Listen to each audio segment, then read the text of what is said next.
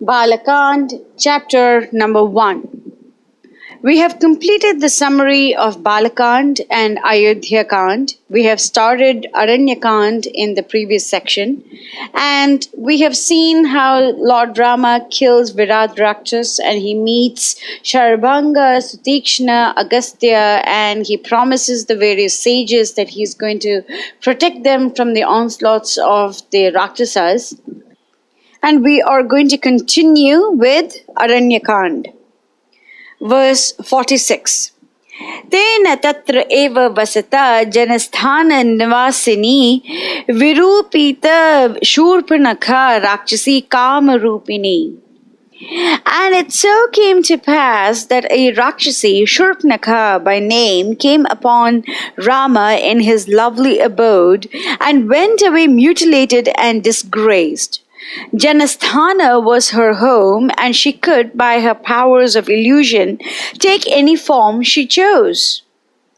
Kamarupini means she is capable of changing her guise according to her wish, and Virupita means she was rendered disfigured or she was mutilated. And we all know that it is Lakshmana who chops off Surpanakha's ears and nose based on Lord Rama's command because Surpanakha was about to eat Sita. Verse 47. Tatah Surpanakha vakyat udyuktan sarva rakshasan kharam trisharam cha eva dushanam cha eva rakshasam nijaghana rane ramah tesham cha eva pada anugan. Fired thereto by the sight of their sister, thus disfigured and insulted, and more so by her sharp taunts, her brothers Khara, Dushana, and Trisiras rushed at Rama and hemmed him round with their fierce army. Verse 48. Vane tasmin nivasata janasthana nivasinam rakshasam nihatani asan sahasrani chaturdasha. But of the 14,000 terrible Rakshasas that marched forth to battle on that woeful day, none survived to tell their tale.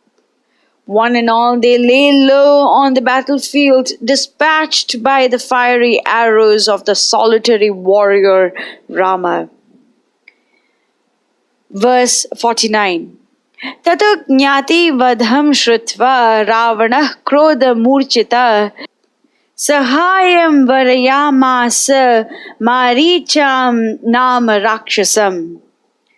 It was not long before the news reached Ravana, who beside himself with rage at the total annihilation of his kinsmen and at the insult put upon him, besought the assistance of Maricha in aiding him to accomplish his fiendish scheme of revenge.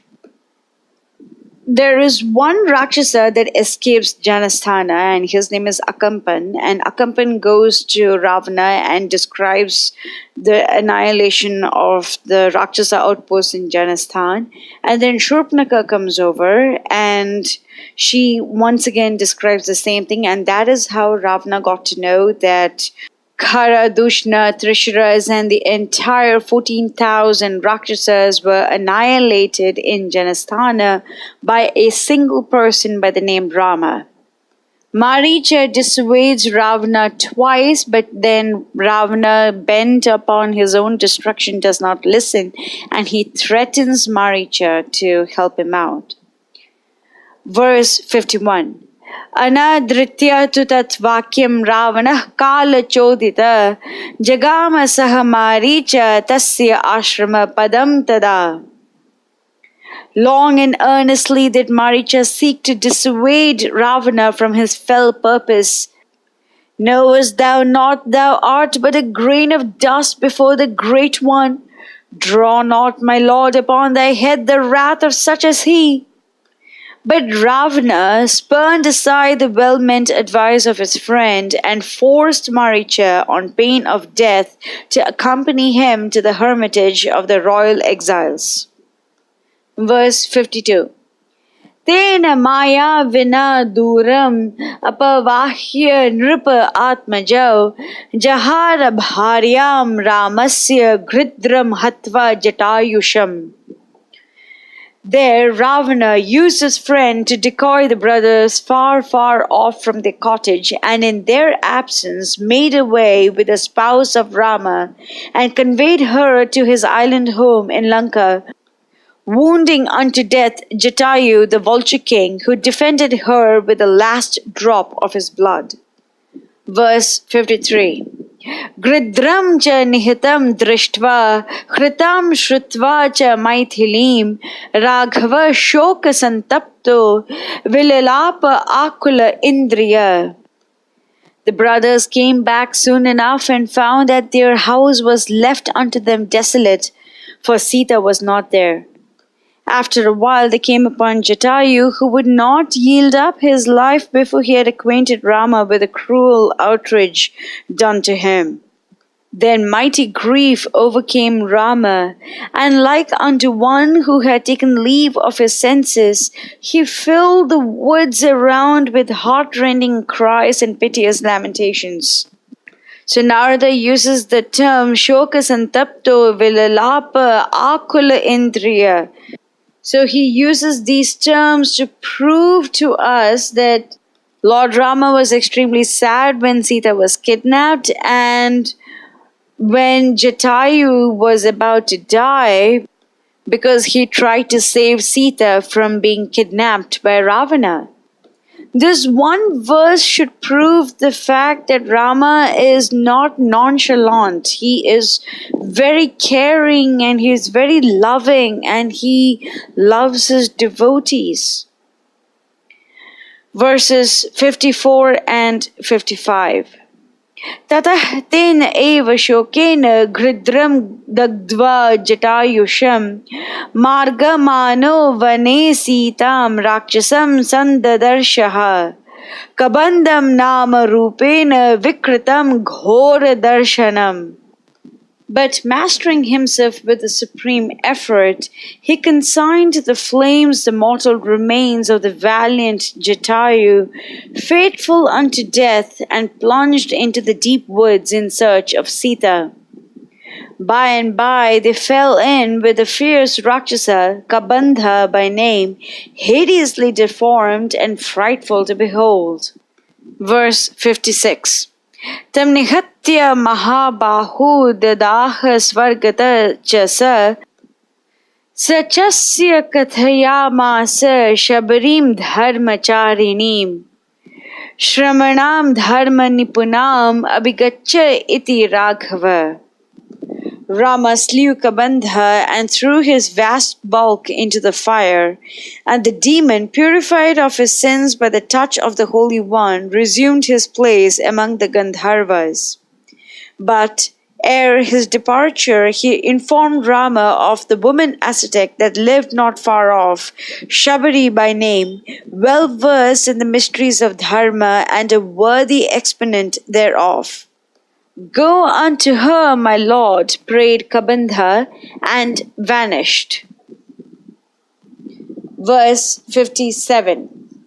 Sah abhyagachan mahateja shabarim shatrusudanaha shabarya pujita samyak ramo dashratatmaja. Rama had come down on earth to destroy the evil forces that barred the way of his devotees to his feet, and radiant looked he in the pride of his youth and might. Shabari extended a warm welcome to her beloved Lord Rama. This concludes the recitation of Aranya Khand. Next we are going to start Kishkindha Khand. Verse 58. Pampa tire Hanumata sangato vanarenaha Hanumat vachanacha eva Sugrivena samagataha. Rama reached the shores of Lake Pampa. There he fell in with Hanuman, a monkey, who introduced him to his master Sugriva. Verse 59. Sugrivaya chatat sarvam shamsat Ramo mahabalaha aditah tat yatha vrittam Sitayah cha visheshataha. And to him, Rama detailed everything that had happened, including the abduction of Sita.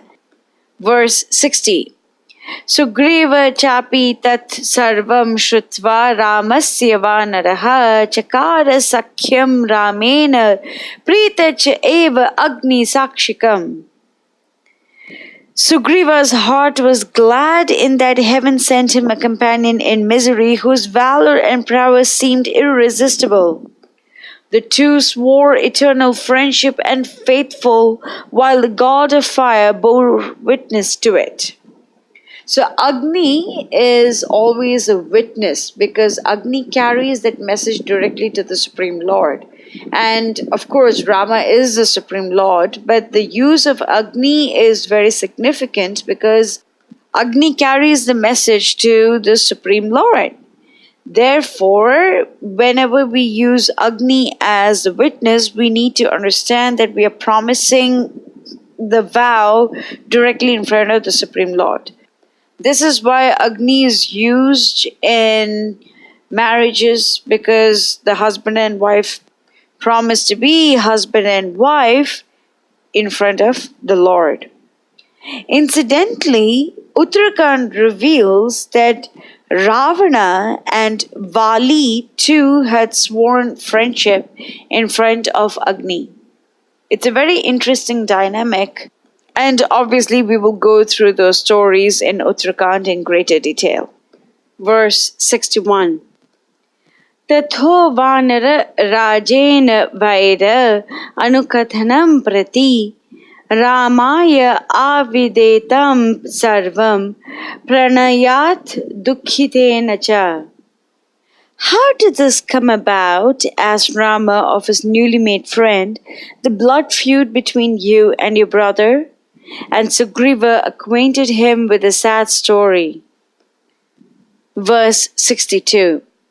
Pratignatam cha ramena tada vali vadham prati valinah cha balam tatra khatayamasa vanaraha. Now will I slay you, that brother of thine, even Vali, cried out Rama, and he swore it by a mighty oath. Then Sugriva spoke to him of the unequaled strength of Vali and his fierce valor, the terror of the gods and men, asuras and rakshasas.